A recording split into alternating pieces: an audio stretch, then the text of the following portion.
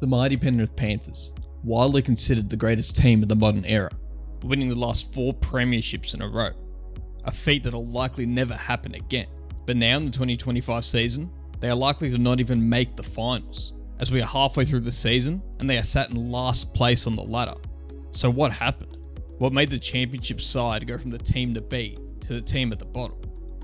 This video will be split up into 3 main parts. I will go over how their dominance started and their incredible run, compare the team's stats from previous seasons, and the impact of losing key players. I will also touch on some other factors that might have played a role in the dynasty's downfall. If you like this type of content, be sure to subscribe to the channel and leave a comment on your thoughts on the downfall of the Penrith Panthers. Let's begin. While the Panthers have won the last 4 premierships in a row, they really have dominated the competition the last 5 years, starting in 2020. That year, out of the 23 games they played, they only lost 3 of them, but one of them ended up being the grand final. Despite the premiership loss, it was a successful year for the Panthers, and this was given credit to the work of the Panthers Academy system. The junior Panthers brought together a lot of these players from a young age. The junior squad dominated, and the success finally transferred to the big league. In 2015, the junior Panthers team consisted of 8 players that were in the 2020 Panthers side, those being Nathan Cleary, Jerome Luai, James Fisher-Harris, Dylan Edwards, Moses Leota, Tyrone May, Brent Naden, and Cade Ellis. These players building a connection at such a young age set the platform for their success, especially the half pairing of Cleary and Luai. They were the youngest squad in the competition, and their development process was paying off in full, going on a 17-game winning streak this season, setting the foundation for the Panthers' dominance. In 2021, the squad was almost unstoppable. Their defense was structured, disciplined, and impenetrable, and they started the season with a 12-game winning streak. Throughout the regular season, they only lost 3 games, and 2 of those games were around when the State of Origin was played, and a good chunk of their squad was missing from their club lineup to play in the Origin series. They went on to get redemption, winning the grand final, beating the Bunnies 14-12, and starting their dynasty. In 2022, they continued their dominance, only losing 4 games the entire season, and beating the Eels in the grand final, making them back-to-back premiers. Something that stood out to me when looking at the stats, despite them playing 27 games for the year, more than any other team except for the Bunnies who played 28, they had the least amount of errors in the competition. This really showed their discipline and the control they had over each game. Most games they won by a comfortable margin. They didn't need to try to force their hand or make a risky offload. They were that dominant in the games, they just won comfortably. For 2023, they continued their top form and dominated throughout the season. Another standout stat was the errors once again, finishing the season with the most games played and only having 237 errors, placing them 14th of the competition. They fought their way to the grand final, and what a game that was.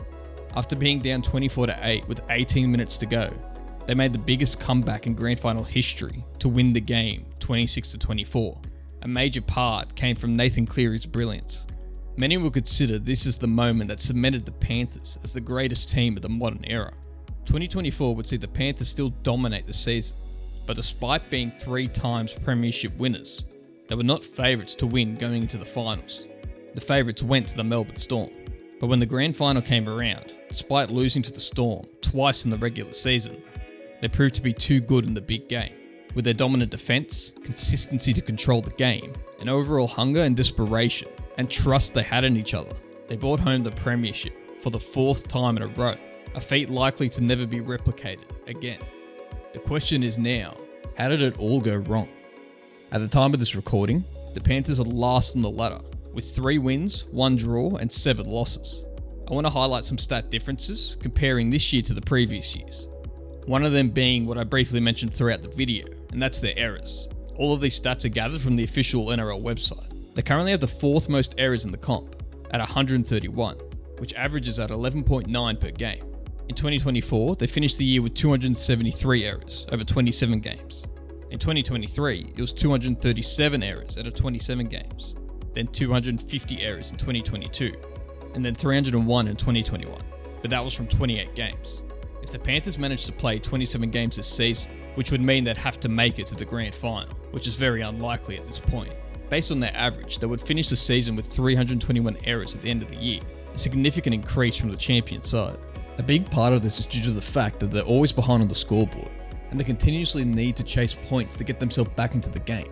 This causes them to push unnecessary passes more often and generally take more risks, but they haven't been able to click in their attack. While it's fair to say their defence was a major part of their dominance and what the team built their game off, we can't downplay how good their attack was in their prime. This now leads us to looking at their overall points for each season. In 2021, they finished with 718 points from 28 games. In 2022, they had 723 points in 27 games. Then 741 points in 2023 from 27 games. And then 650 points in 27 games for 2024. As for this year, they have 250 points out of their 11 games, which places them 9th out of the comp, which isn't too bad when all things considered. But this year, based on their average of 22.7 points per game, they would end the year with 613 points out of 27 games, another significant drop. Now moving to their major downfall, which is their defense, starting with missed tackles. In 21, they averaged 31 per game. In 22, they averaged the same, 31. They averaged 33 missed tackles in 2023, and in 2024, they averaged 32. And so far this season, they sit 3rd in the comp for missed tackles, totaling at 391, averaging at 36 missed tackles per game. While this isn't a significant jump, it stays consistent in the downward trend for the Panthers, and also highlights the desperation the Panthers used to have in their events to back each other up. Thought I might add as well that for several rounds at the start of the season, their left edge was so inexperienced compared to their right edge, and their opponents capitalised on this several times throughout the season. As for points conceded, I'm going back to 2020 to start this one off, as in that year, they conceded only 238 points in the regular season, averaging 12 points per game, making them the best defensive team at the competition. In 2021, they were once again the best defensive team in the comp, only conceding 286 points, averaging at 16 points per game. 2022, they conceded 292 points, averaging at 12 points a game. Once again, the best defense in the comp. In 2023, they increased the number of games played due to the introduction of the Dolphins, and they conceded 312 points, averaging 13 points per game. And once again, the best defensive team in the competition. And 2024, they conceded 934 points, averaging 16 points per game. This would make them the best defensive team in the competition for the 5th year in a row. And as for this year, out of the 11 games they've played so far, they've already conceded 271 points, which is more they conceded in the entire 2020 season, which averages out at 24 points per game, leaving them 13th on the comp for points conceded, a major drop-off from the Dynasty's run, and the most pivotal factor in their downfall. Their desperation in defense isn't what it used to be, despite the player changes. It's not even just their goal line defense, it's their defense across the entire field. Before, you could expect the Panthers to kick deep and hold the other team down there. Now the other team finds a way through to get meters. But in saying all this, I'm sure it's hard to stay that disciplined and motivated after winning the last 4 years in a row. As for player movement, this year in particular, the loss of Sonia Taruva, James Fisher-Harris and Jerome Luai have clearly made a massive impact on the side. People didn't expect this to have a major impact because every other year they've lost quality players, but still managed to stay on top. At the end of 2021, they would lose Matt Burton, Brent Naden, Kurt Capewell, Tyrone May, and Paul Moriowski. All were a part of the premiership winning side for that year. As for the end of 2022, they would lose Api Coruscant, Charlie Staines, Sean O'Sutherland, Viliami Kikau, all who played in that year's grand final as well. They also lost a few other players, but these were the more notable ones. As for the end of 2023, they most notably lost Stephen Crichton, Spencer Leniu, and Jack Cogger, among a few others. While all leaving players definitely made an impact, the difference this year is from a key half in Jerome Luai and a leading front rower in James Fisher-Harris. The second in charge playmaker's departure has left a significant hole in attack, and the hole was much deeper than most expected. Penrith knew they needed a replacement, and they had one in development, that being Jack Cole. He opened the season as the Panthers 5'8" and played the first 5 rounds. He got injured and was out for the next round, and hasn't returned to the starting side since. His replacement was the young gun they signed from the Parramatta Eels, Blaze Talungi, and has maintained his spot in the starting squad ever since. But no matter the combination, they haven't had the same success in attack. As for James Fisher-Harris, his toughness and physicality on the field transferred to trust in his teammates. They felt safer when he was on the field. They felt more confident. With such a big impact player gone from the squad, it left a hole in the team. Over the years, the Panthers have lost several players as I just discussed. In particular, the players moving to the Tigers, Bulldogs and even the Warriors. And look at how well those clubs are doing now. We have the Bulldogs on top of the table, looking like premiership favourites.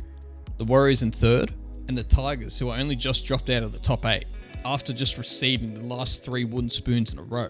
The impact these Penrith players have made on other clubs cannot be overlooked. The club's academy and development system is second to none. While it mostly nurtures local juniors, it also brings in talent from afar, and the end result is quality players that are spread out across the NRL. Now, let's look at the Panthers' run this season so far. A few of the games they lost were only by a try, like rounds 2, 3 and 5, and a lot of the time they had better stats comparing to the other team, except for their completion rate, as they came up with so many errors. The most Penrith-like game we have seen this year was in round 9 when they beat the Broncos 32-8. It was a very convincing win and reminded everyone what the Panthers are capable of. They just haven't been able to replicate that success. Another thing I should mention is the home ground in Penrith is under construction for the next few years and is set to be completed in 2027. During this time, Penrith's home games are played at CommBank Stadium in Sydney. This shouldn't be an excuse for their performance, but the compact Penrith Stadium would certainly bring life into the Panthers side, and a home ground advantage can't be overlooked. Additionally, they haven't had the best run with injuries, notably losing Brian To'o, Dylan Edwards and Isaiah Papali'i for several rounds of this season. They've also lost a handful of other players due to suspension and further injuries. And even now, while the State of Origin is on, a good chunk of their team is missing playing in the series. The Panthers are in a really rough spot, being last on the table. But what's funny is they're only 2 wins away from the top 8, given how congested the bottom half of the ladder is. So there's still hope for an incredible redemption arc from the dynasty side. I just don't see it happening. Let me know what you think of the Panthers' downfall in the comments, and do you think they'll be able to bring it back this season? Also, I have started an Instagram, so be sure to follow me over there. And if you enjoyed this video, leave a like and subscribe to the channel. Thanks for watching.